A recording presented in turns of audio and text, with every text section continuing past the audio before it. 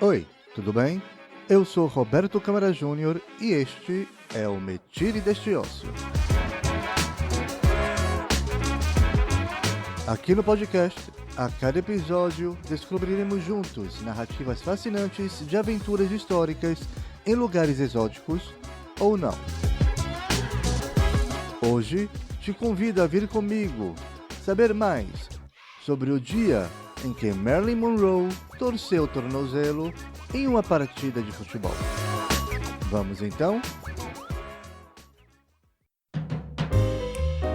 Em 1927, estreava no Warner Theatre, em Nova York, o longa-metragem musical O Cantor de Jazz, protagonizado pelo cantor e ator Al Jolson. Pela primeira vez, o mundo assistia e ouvia um musical no cinema, sem que atores e músicos precisassem ficar escondidos atrás da tela, acompanhando e dublando ao vivo o que era projetado.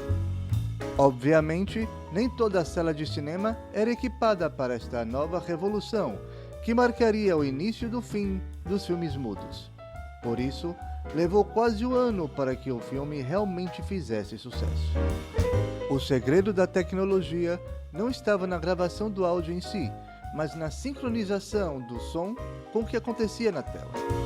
Além disso, o problema da limitação do espaço dos atores, que agora, além de se preocuparem com a luz, os objetos de cena e a atuação propriamente dita, precisavam também saber a posição dos microfones e principalmente dos fios, para não acabar tropeçando no meio do set de gravação.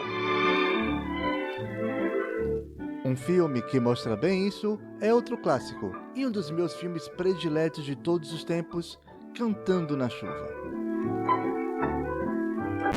Outra curiosidade é que a gravação de áudio em fita ainda não havia sido inventada, então o áudio do filme, incluindo aí os efeitos sonoros, a música e os atores em si, eram gravados em um disco de acetato separado, e não na própria fita do filme, como mais tarde seria comum. Outra complicação para a sincronização que mencionei. Apenas um ano antes, nascia Norma Jean Mortenson, uma linda menina que teria uma infância e adolescência bem complicadas. Mais tarde, ela também usaria o nome de Norma Jean Baker. Acontece que, apesar de sua mãe ter sido casada com Edward Martin Mortenson, o casamento durou apenas alguns meses. O sobrenome Baker era do marido anterior de Gladys, mãe de Norma Jean, e pai dos seus irmãos mais velhos, Robert e Bernice, que ela só conheceria mais de uma década depois. Quando criança, Norma Jean entrava e saía de lares adotivos, orfanatos ou ficava com amigos da família, seguindo orientações dos conselhos tutelares. Se casou aos 16 anos, com James Dougherty, um vizinho de 20, que menos de um ano depois, em 1943, se alistaria na Marinha Mercante, e transferido para o sul da Califórnia, com Norma Jean acompanhando o jovem marido. Ela, como tantas outras mulheres durante a guerra, foi trabalhar em uma fábrica de material bélico. Foi lá que conheceu um fotógrafo da First Motion Picture Unit, e começou uma carreira de modelo pin-up de sucesso, que levou a contratos de curta duração 20th Century Fox e a Columbia Pictures. Depois de uma série de pequenos papéis no cinema, ela assinou um novo contrato com a Fox no final de 1950. Nos dois papéis seguintes, ela se transformou em uma atriz popular, com papéis em várias comédias, incluindo Sempre Jovem e O Inventor da Mocidade, e nos dramas Só a Mulher Peca e Almas Desesperadas. Ela se casaria outras duas vezes, uma com o famoso jogador de beisebol Joe DiMaggio e mais tarde com o dramaturgo Arthur Miller. Monroe foi escolhido como sobrenome porque era o nome de solteira de sua mãe. Em sua autobiografia, ela conta que de alguma forma era aparentada com James Monroe, presidente dos Estados Unidos entre 1817 e 1825 e criador da famosa doutrina Monroe, que pode ser resumida em uma única frase: a América para os americanos do Norte. A verdade, porém, é que não havia nada que confirmasse essa teoria. Já a ideia do nome Marilyn veio de um executivo de um dos estúdios, que achava que ela se parecia com outra atriz que fez sucesso na Broadway nos anos 20 e 30, Marilyn Miller. O resto é história, e Norma Jean se tornou aquela que é talvez um dos maiores ícones e sex symbols da história do cinema, Marilyn Monroe. E é aqui que nossa história realmente começa.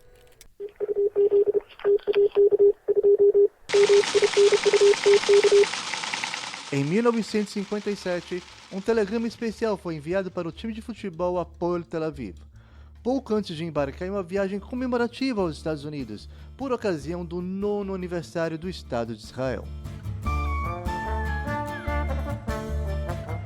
Os jogadores foram questionados: que personalidade americana vocês gostariam de conhecer durante a viagem? Eles responderam sem hesitar em uníssono: como atletas, gostaríamos de conhecer o Brooklyn Dodgers. Como homens, com Marilyn Monroe. Isso exigiu que algumas cordas fossem puxadas e que alguns telefonemas a mais fossem feitos, mas eventualmente o desejo dos jogadores se tornou realidade. A partida amistosa de futebol acabou sendo marcada para 12 de maio de 1957, entre o Hapoel e um time americano de All-Stars, que é quando jogadores célebres de vários times se unem para um evento especial. O local escolhido foi o histórico Ebbets Field, casa dos Brooklyn Dodgers,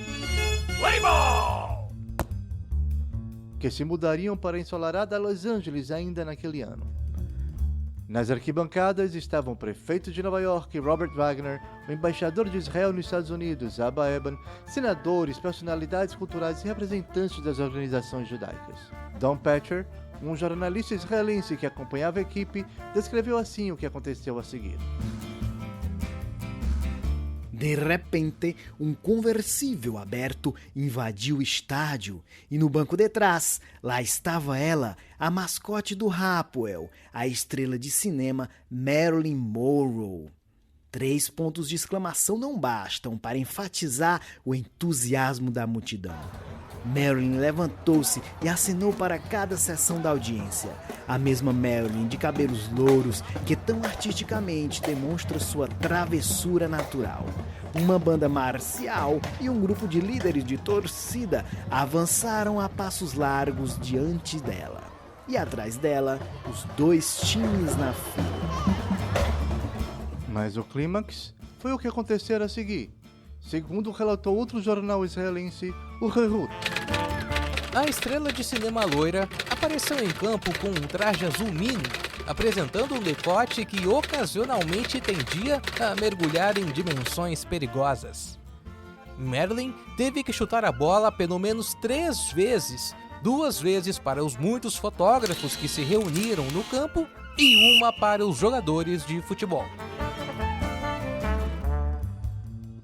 E embora desejássemos que a reportagem terminasse aqui, não foi o caso. Seu segundo chute acertou em cheio, bem na cara do fotógrafo da United Press, Joe Landau. Após o chute final, a atriz deixou o campo mancando, enquanto se apoiava no braço do alegre juiz Samuel Leibovitz, seu acompanhante oficial para o jogo. A equipe do Apollo acabou vencendo a emocionante partida por 6-4. O legendário goleiro israelense Yaakov Chodorov teve alguns momentos particularmente próximos com Monroe, segurando sua mão, falando com ela e tirando várias fotos com a famosa estrela. Sem surpresa, depois que acabou o jogo, ele foi questionado se os 4 gols que sofreu foram resultado de ter sido nocauteado pela atriz.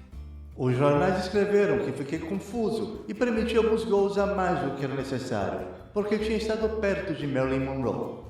E é verdade, eu estava um pouco animado, mas quem não ficaria tendo estado tão próximo dela? Eu, com certeza, não culpo. E você? Esta foi a história do dia em que Marilyn Monroe torceu o tornozelo em uma partida de futebol. Descobri esta curiosidade em um artigo do site Vintage Everyday.